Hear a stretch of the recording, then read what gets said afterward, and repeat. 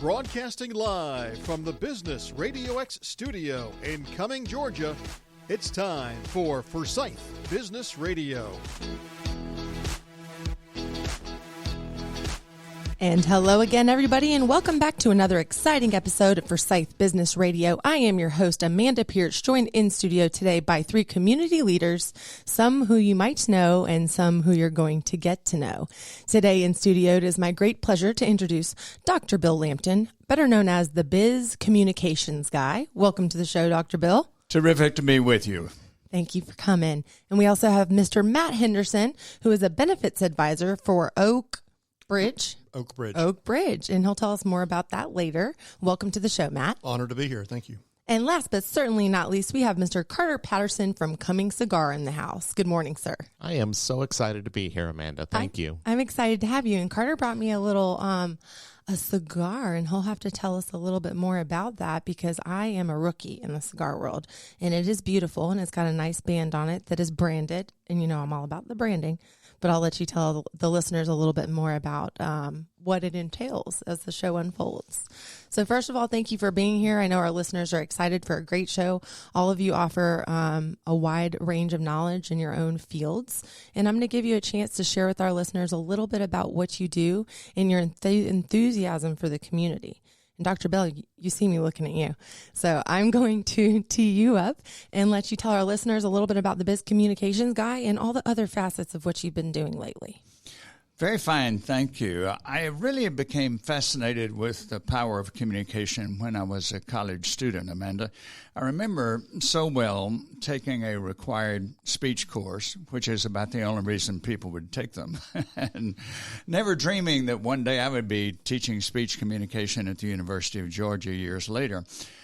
And in that course, I was fascinated by the fact that if someone researched a topic, if they were enthusiastic about it, if they presented it well and persuasively, they could change somebody's opinion in just even 10 minutes. And that was fascinating to me. And at the same time, I was a history major. I noticed how much communication played a part in history. And behind every world movement, there was a great communicator, if it was Franklin Roosevelt or Winston Churchill or Mahatma Gandhi and later on Martin Luther King Jr. So I've dedicated my life and career to the study and the teaching and the coaching of communication.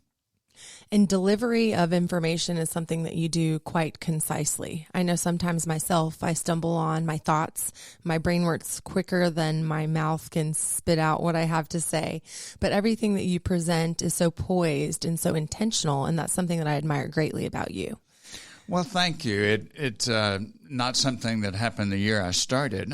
And the main thing I do now, Amanda, is that I help executives and future executives with their communication challenges and problems. And the reason I do that, and the reason I'm qualified to do that, I spent 20 years in management. After my career of teaching at the University of Georgia, I spent 20 years in management at the vice presidential level in both healthcare and higher education.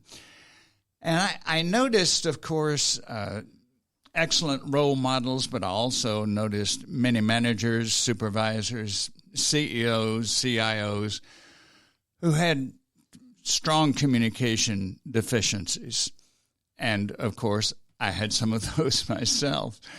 There were things that I learned about what to do and what not to do, and I have spent the time as a full-time communication consultant since 1997 working with people as the Biz Communication Guy. Now tell me, because it's so fun to say the Biz Communication Guy. Obviously, you've abbreviated business. And why dubbing yourself the guy? Tell me a little bit about behind coming up with your brand name. I have a podcast by that name. I also interview, as I've done you. I've interviewed people on video, formerly on Zoom, and now I've switched to StreamYard. But to me, it's a moniker that summarizes very quickly what I offer. And you could say business communication, but Biz Communication is Catchy, and it's a bit more memorable. I like it. And yes, I was going to share with Matt and Carter that I've had a chance to come on to the Biz Communication Guy. This was during the pandemic, and this is before my partner Steve Cooper and I formally launched Business RadioX here in Forsyth. And Dr. Bill was kind enough to host me to get some content out as a teaser as what we were getting ready to do.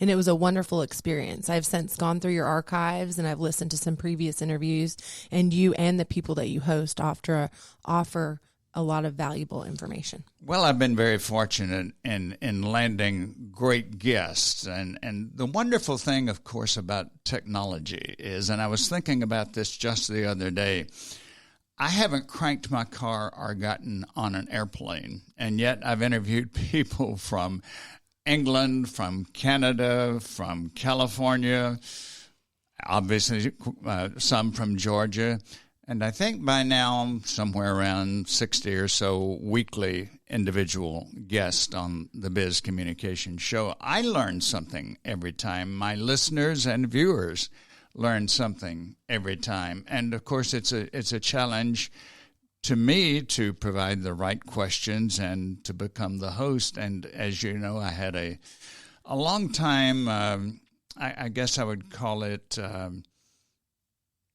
not quite a hobby, but it never was a full-time profession in radio. I've been in radio for quite a few decades.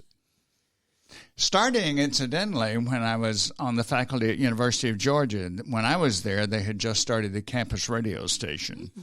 I remember going to the station manager the second year and saying, "You called us a campus radio station, but you don't have any faculty on here. You only have students." So I offered to host and was given the opportunity to host a 1-hour weekly radio show on WUOG. We called it Dialogue. I had a great time. That was probably my first continuing experience in radio. And I still have a love for it, and that's why I'm here. Obviously, yes, your passion shines through. We're going to come back to some of those passions here in just a minute, Dr. Bill, but I want to bring our other guests into the conversation. I'm going to parlay over to Mr. Matt Henderson, who is a benefits advisor for Oakbridge. Matt and I have met through Rotary in the past, but here recently we had an opportunity to sit down and get to know each other a little bit more. And that's where I got to learn about Matt's robust background in flooring, which has nothing to do with what he's doing now, but he's very knowledgeable about a multitude of things. And he's very enthusiastic about not only the service, but the information that he provides for his clients, friends, and the community through Oakbridge. So I'm going to let Matt introduce himself and share a little bit about the great work that he does. Well, appreciate that. Thanks for having me. It's an honor to be here with all you guys.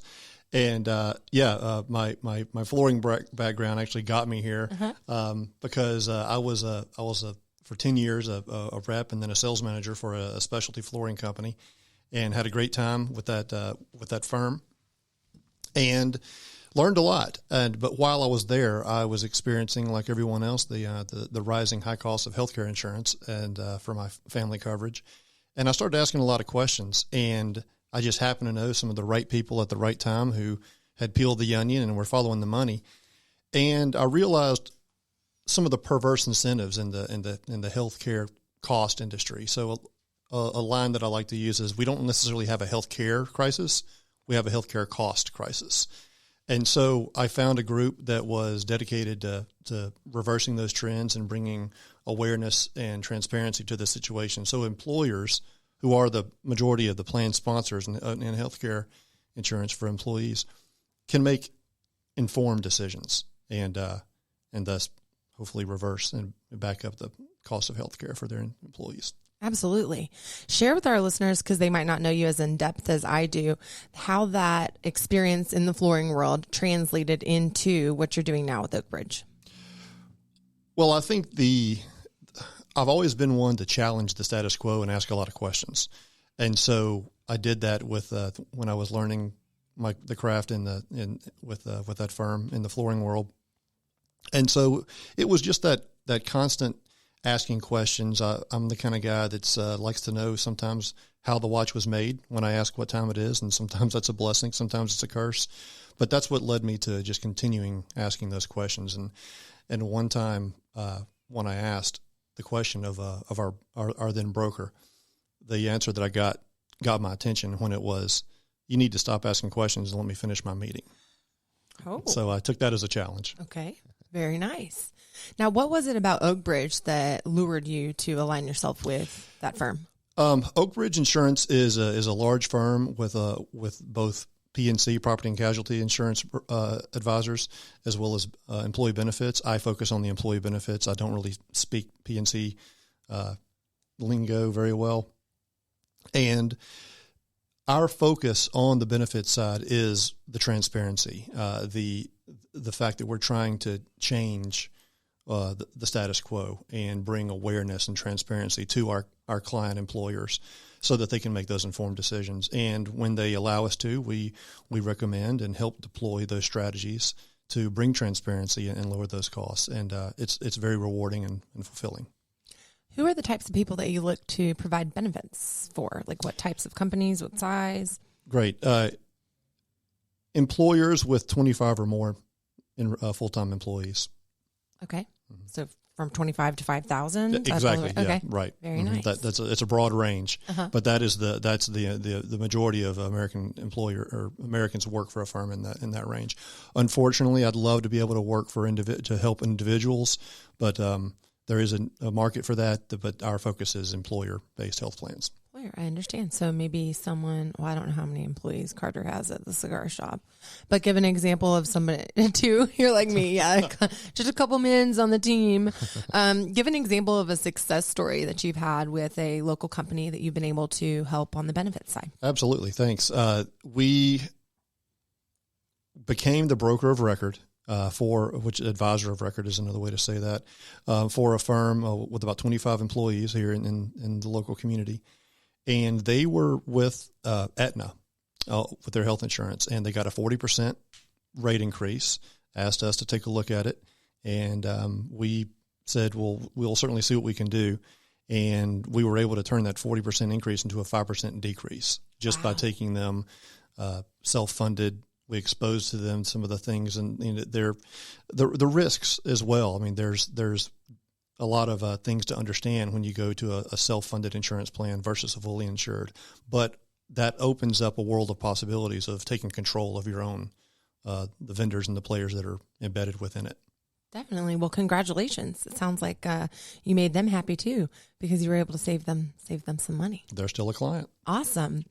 Well, I know that you and I had a very, we'll say, strong conversation about your passion for a lot of the inner workings of the healthcare system. Do you care to share any of those points, or would you care to share any part of that message with our audience? Because it's something that you're very passionate about. If you guys would all take a look at the screen, I've got a 97-point Death by PowerPoint presentation all queued up. I tend to get deep in the weeds. I'll try not to do that, but the bottom line is the healthcare billing industry, the status quo business is, there's a lot of perverse incentives, and a lot of those have just developed within the last 10 or 15 years. So what we need is more transparency, and what we bring is an awareness of that so that business owners can make an informed decision about their own spend. Very nice. And I'm sure that if anybody out there listening wanted to have a more in-depth conversation, that they could get in touch with you directly, and you'd be happy to unpack that, as Absolutely. they like to say in the biz, Dr. Bill, unpack that for them. And we'll give you a chance to share your contact information at the end of the show, Matt. Sure. Let's bring Mr. Carter Patterson into the conversation. Welcome to the show, Carter. It's so good to be here. You know, I grew up my mother always saying that I had a face for radio. You do. And if me and Bill had $1 for every time we heard that, we'd be able to retire. Wouldn't we ever? You are the owner, and you came up with the concept of Cumming Cigar. But in addition, I'd like to congratulate you and recognize you for your new presidential role for the Lanier Forsyth Rotary Club. Why, thank you very much. You're welcome. I very much enjoy Rotary. Going back to Cumming Cigars, I'm one of 3 owners, and it was really Eric Bennett's idea to have a cigar company. He always wanted to have one, and he wanted to do it at the old Sinclair gas station in downtown Cumming. So for those of you listening, that's just about maybe a mile away from where we're sitting right now? Probably about a mile, yes. And that building is one of the original downtown Cumming buildings. It's been here, it was built in 1920, And most of the other buildings in downtown Cumming just aren't here anymore. We didn't have a lot to save. But that building was built by Roy Otwell, who the middle school is named after, as a Sinclair gas station. And about 15 years ago, the city of Cumming bought that building, refurbished it to its original condition, and lo and behold, it's going to be the Cumming City Visitor Center. Really? Yes. Wow, congratulations. And it never happened. Oh, no. I was going to say, what a multi-use facility that you have there. Yes. The administration at the time put all this taxpayer initiative funding into refurbishing this beautiful building. And when it came time to open the visiting center, they just decided, we probably don't have that many visitors right now. So it never opened as a visitor center. But it was used by a lot of the citizens in Forsyth County to come and drive their fancy show car or to take prom pictures. And it did that for about 10 to 12 years, just sat there staying beautiful and getting pictures taken. And when the new mayor, when Troy Brumbelow was elected, Mayor Brumbelow wanted to use, it's a city asset and needed to bring some revenue back to the taxpayers that funded it. And we approached him to open a cigar shop there, and took a little arm twisting. But some council members were a little unclear about whether or not they should allow cigar smoking in a city-owned building. At a gas station. In a gas station, right? Well, I'm unfamiliar. The only time I've stepped foot in a cigar shop was maybe to purchase a present twice in my life. And those ones you could smoke the cigars inside. Is your shop inside smoking and outside smoking, or only outside? We are a whopping 900 square feet. And I would say about half of that is probably our bar area and where the restroom is. So the other part is certainly for sitting down and enjoying a cigar. But we also have a nice large patio. Yes, and that is what is always so eye-catching to me. Again, I apologize because I've not yet been in, but I'll have to come in with a friend and enjoy a beverage. Share with our listeners the offerings. I know you said you have a bar and you have a little, we'll call it a chill spot. But do you guys offer any food, or do you have any tapas? So when we first opened, we had a beer and wine license to go with a cigar. And if you ask a lot of cigar aficionados, they really wanted a strong liquor drink as opposed to beer or wine. But in Forsyth County, as well as the city of Cumming, in order to sell liquor, you had to sell food, was the primary method of getting able to sell liquor. And we're just too small to serve food. Right. We don't have a grease trap. We don't have the staff. That's a major undertaking. Right. But the city of Cumming recently allowed us to get your liquor license. To get our liquor license, Nice. yes. So we are the only cigar shop in Forsyth County to offer bourbon and spirits. Wow, congratulations. We're very excited. I've been seeing a lot of your social media posts for some up-and-coming events. Would you like to share with our listeners a little bit about what you guys have going on? Yes, well, this Saturday we have our 3-year anniversary, and we started... The crowd goes wild. We opened the cigar shop just a few months before COVID, unleashed its tail on all of us. But we have survived, and we're celebrating 3 years. This Saturday we'll have music, some food. Might have Fun to times. pop by. Absolutely. So those of you who are not from the Forsyth or the Cumming area, as Carter mentioned, it does sit very nicely on the corner, and it's an old service station. So it's very eye-catching because it's kind of historical looking, as you mentioned. It's got like the green and the red accents and the old pumps even, if I'm not mistaken, right? Yes, we kept the theme as a gas station, and our logo closely resembles that of what the Sinclair gas station had before us, just to keep dinosaur. that. Yeah. Don't have the dinosaur, but Sinclair had an HC. I think it was part of their fuel, was hydrocarbon something or another fuel. So we have CC in its place, but it's a nice round logo right there. And they have a beautiful patio that has an awning or like one of those little stretch shade things, and it's juxtaposed to City Hall. So those of you listening, I'm sure just give Cumming Cigar a Google, and you'll be able to find it no problem. And it's probably the safest cigar shop in America because we are right next to the county jail as well as the sheriff's office, and we have more sheriff's deputies walk by and keep you safe. Yeah. Now tell me a little bit about the cigar that you brought me, as I know nothing about cigars other than this looks mighty nice. And thank you for bringing it. Oh, I'm so glad you asked. So that, after years and years of experimentation, my partners and I came out with the perfect blend of a cigar. So you actually made this cigar. This is your own cigar blend. So this is made by a company in Daytona Beach, Florida, that puts our name on it. And but it is, of all the cigars we sell at the cigar shop, that is my favorite cigar. Our own Cumming cigar brand is my absolute favorite. It's smooth. It's an easy smoke. It burns evenly. Checks all the boxes, I think is what you want to say. Well, I'm excited. Now, if you went to Las Vegas, Nevada, and you stayed at the beautiful Wynn Resort, you'll see a Wynn cigar at that hotel, and that cigar will cost you about $40. Or you can come to beautiful Cumming, Georgia, and buy a Cumming cigar for about $10.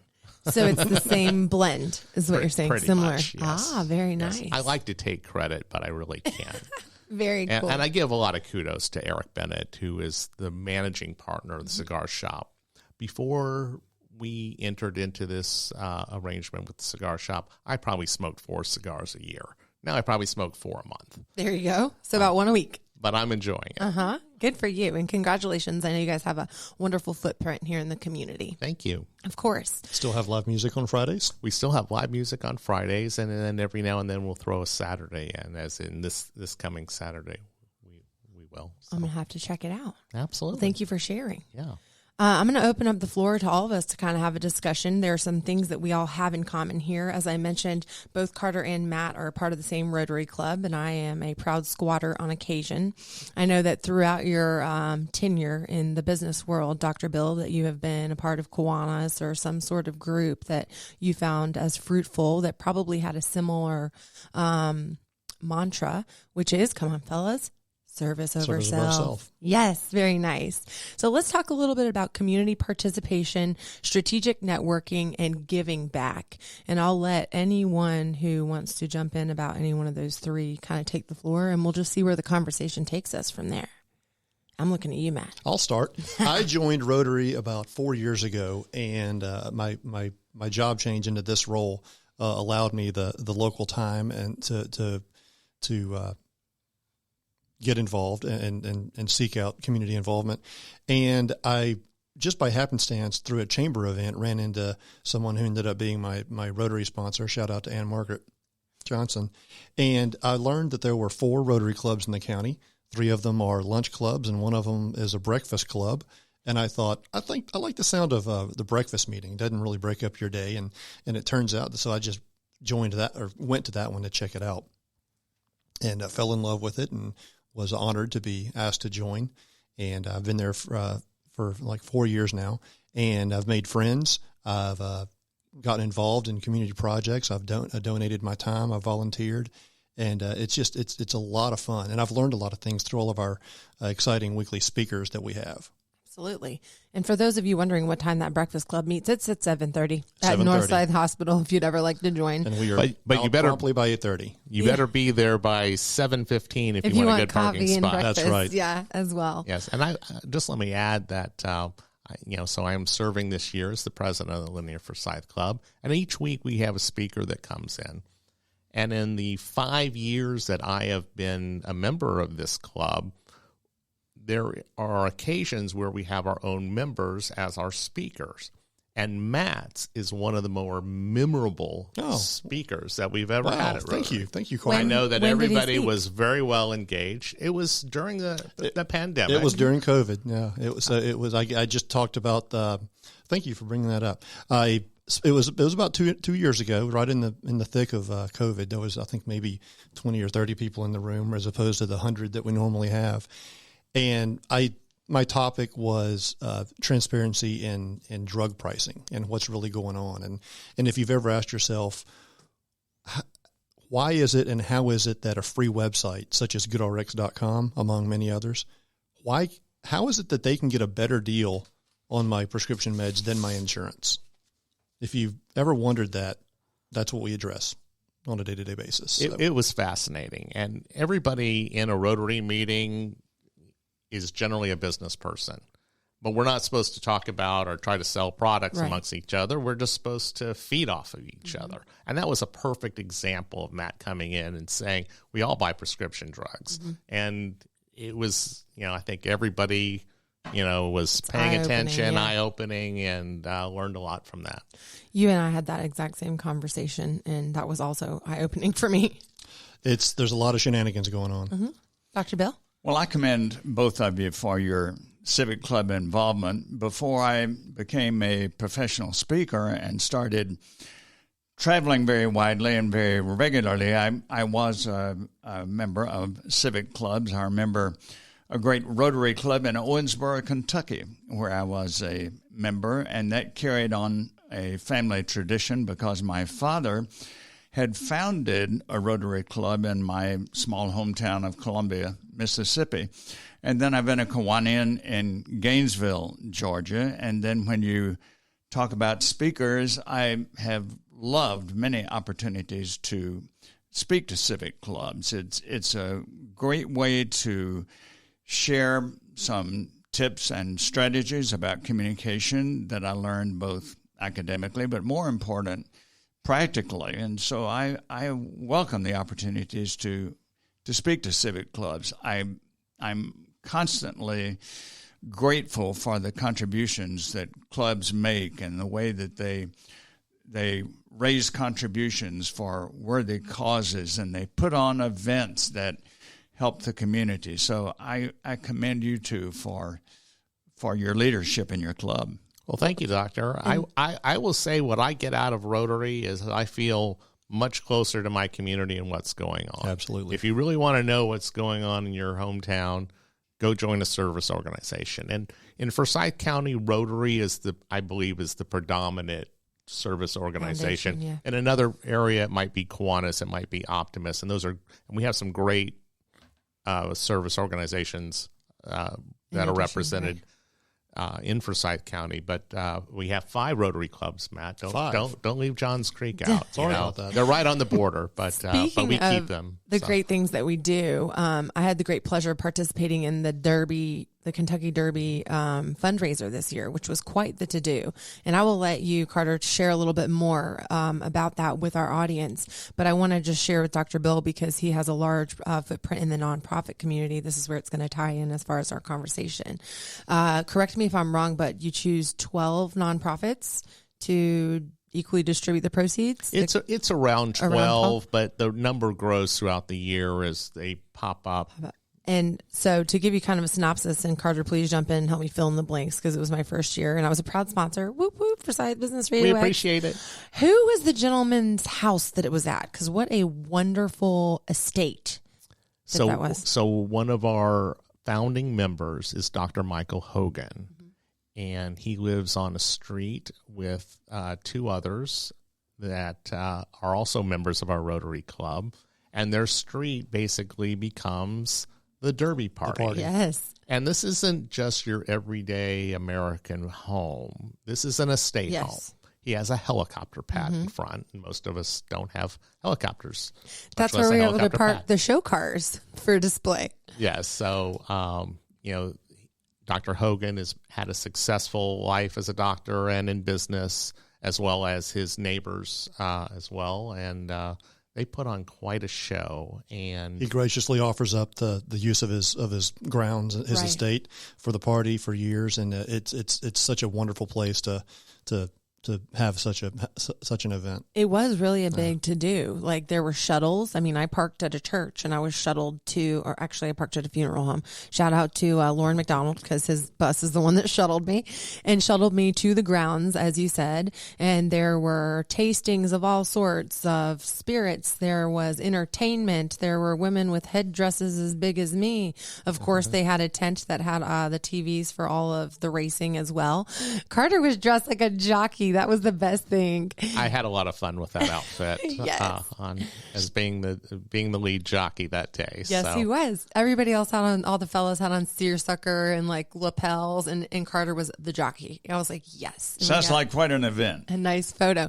But all that, Dr. Bill, goes, all the proceeds, with the exception of the cost of putting on the event, 100% is distributed equally amongst the participating nonprofits. So the give back aspect of Rotary is really profound. And I know that nonprofit presence also speaks to you. Yes, I worked in the nonprofit arena during my career. I was the development officer for colleges and then eventually for a medical center.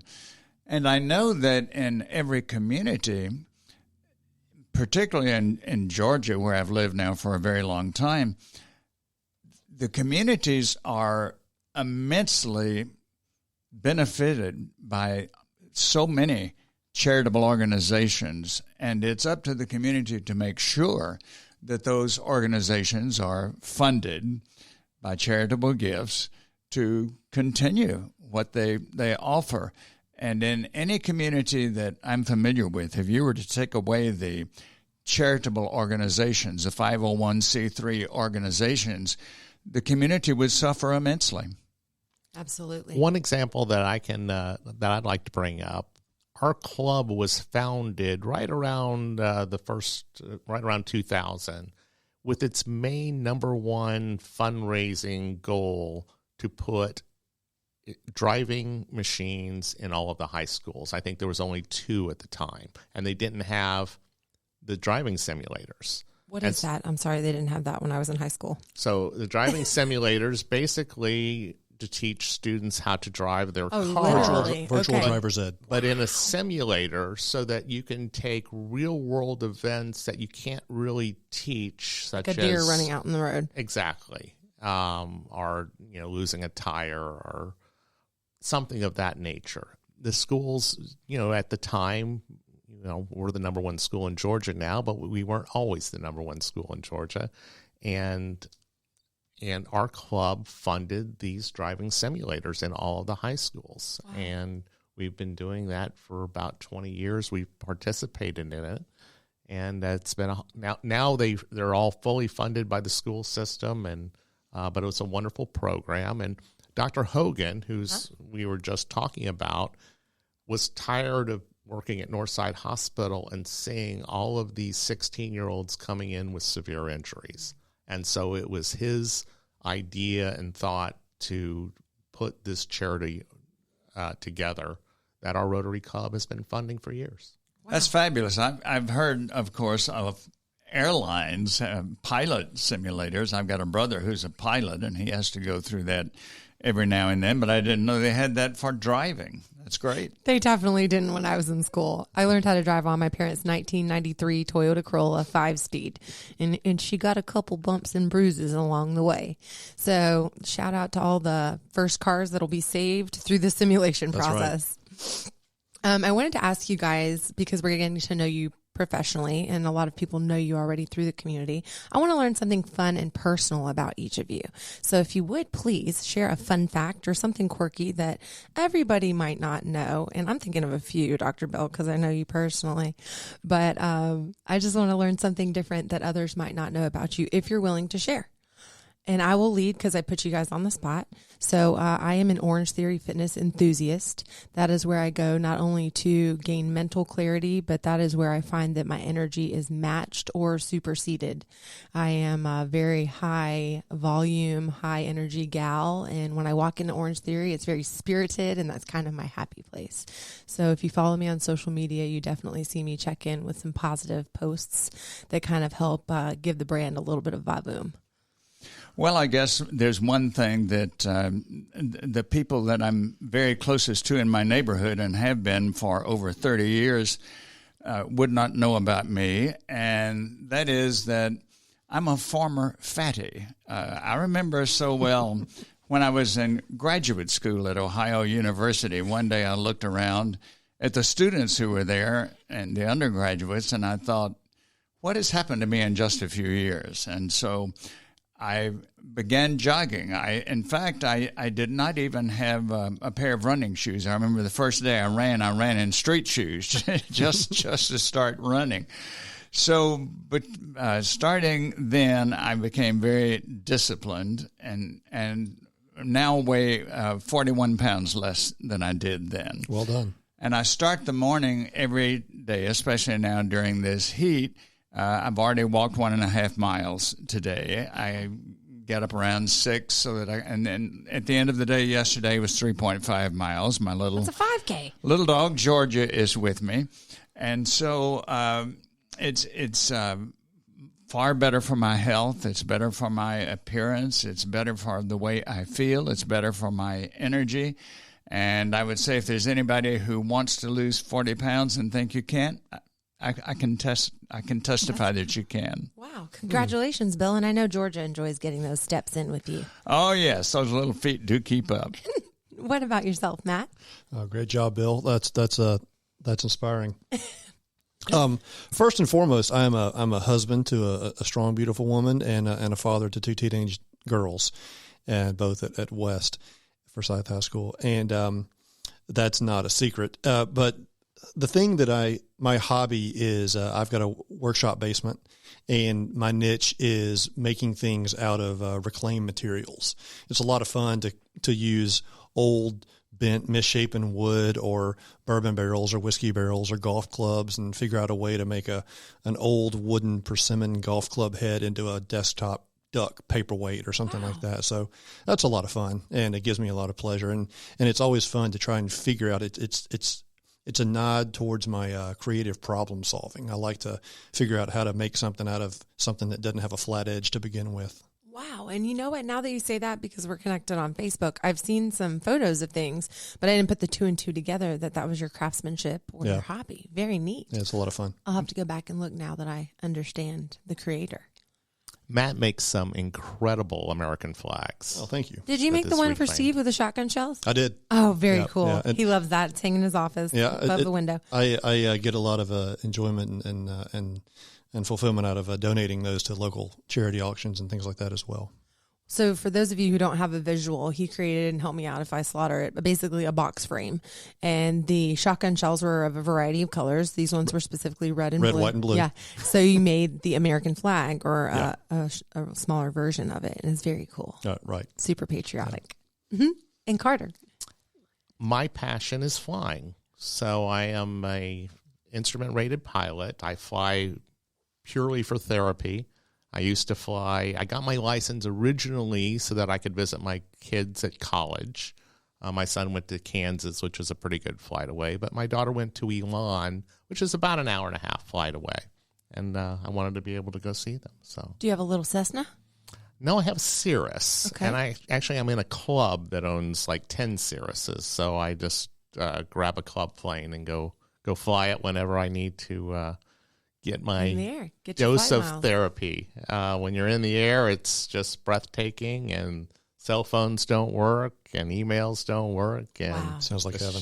Where do you take off and land? Is it a little small airport, or is it a grass field? Or generally, it's Peachtree to Cab, and they do have airplanes at the other airports around at McCollum and as well as Gwinnett.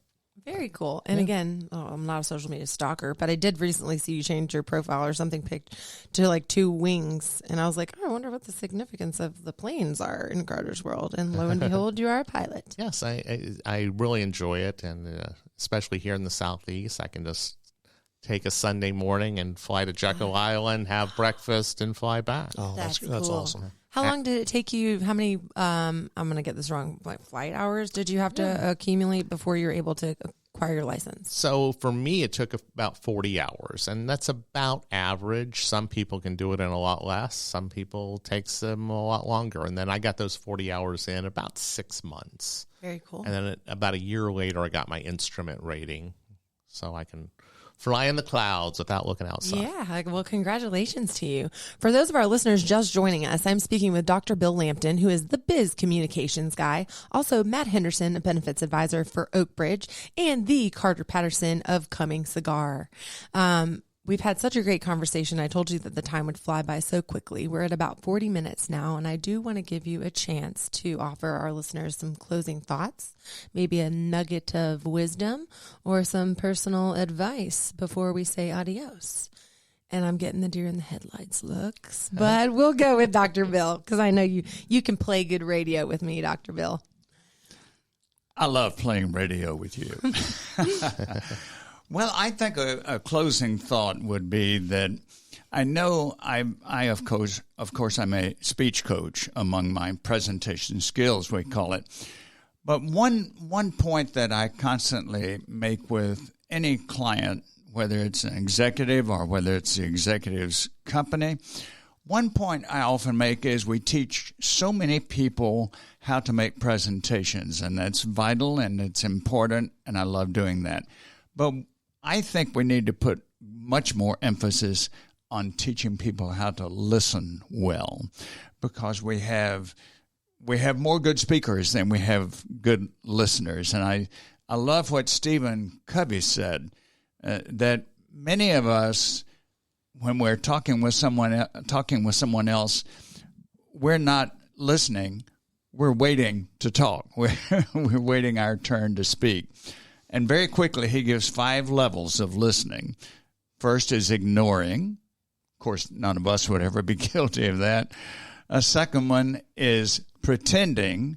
You know, you're looking at somebody and they're talking with you, and meanwhile you're thinking, gee, what was it I was supposed to pick them on the way home today from the groceries? So that's pretending. Third is selective, and in selective listening, Amanda, you have called me in for my year-end performance review, and you talk about the good things I've done, and I'm all smiles, but then you start saying, now, Bill, here's some things we need to work on, and all of a sudden I'm selective listening.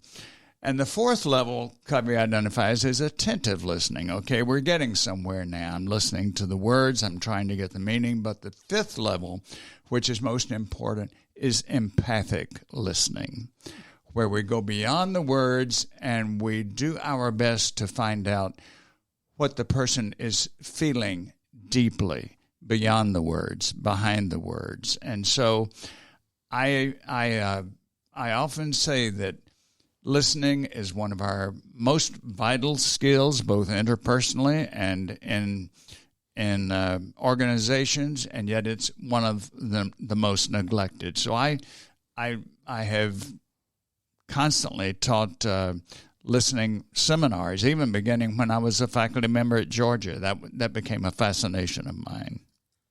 I like that. I wrote down the 5 levels of listening so that I can go back and further deep dive into those. Thank you for sharing that with our listeners, Dr. Bill. And Matt?